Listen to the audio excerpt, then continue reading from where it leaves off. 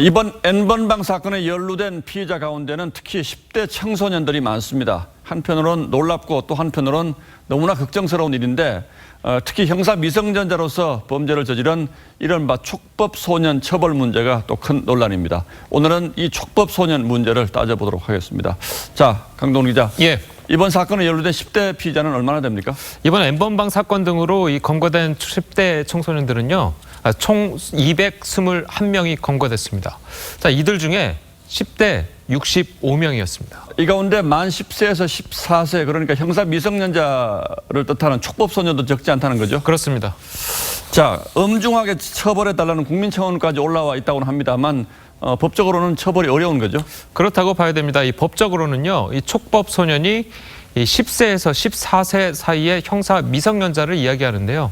자, 우리나라 형법을 보면 이 14세 미만의 미성년자가 범죄를 저질렀을 경우에 벌하지 않는다, 이렇게 돼 있습니다. 예. 형사적인 처벌을 받지 않고 또 소년원 등으로 보내져서 사회봉사 등의 처분을 받게 되는 거죠. 자, 다만 그 기간은 2년을 넘길 수도 없고 전과 기록도 남지 않습니다. 그리고 10세 미만은 아예 이마저도 할 수가 없습니다.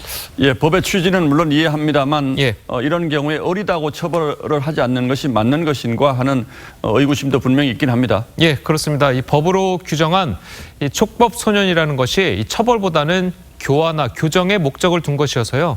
이 만 14세 미만 미성년자는 육체적 그리고 정신적으로 미성숙하다는 이유 때문입니다. 자, 그런데 이 육체적, 정서적 미성숙의 기준이 예. 너무 과거 기준이다, 이런 얘기도 있죠.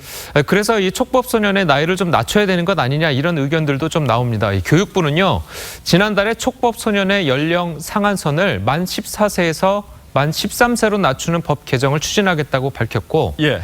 국회에서는 이 촉법소년의 연령 하향 등을 골자로 한 이 소년법 개정안 30여 건이 발의된 상태입니다. 들어보시죠. 죄질에 따라서 형사법정으로도 갈 수 있어야 되고 보호사건으로도, 소년부 보호사건으로도 갈 수 있는 적어도 2살, 12세 미만이 형사 미성년자로 가는 것이 타당하지 않느냐. 하지만 이 연령을 낮추는 것만이 능사가 아니라는 주장도 물론 있습니다. 들어보시죠. 선도의 방법이나 구체적으로 아이들이 갱생이 될 수 있게 구체적 대안을 세우는 게 훨씬 더 효율적인 일로 보이고요. 예, 쉽게 결론 날 문제는 아닌 것 같은데 예. 그럼 다른 나라는 어떻습니까?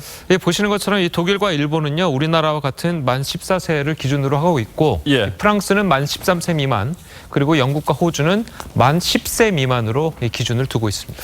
예, 뭐 꼭 이번 일뿐만 아니라 우리도 이제는 이런 문제를 논의해 볼 때가 되긴 했군요. 예. 예, 강동훈 기자 잘 들었습니다.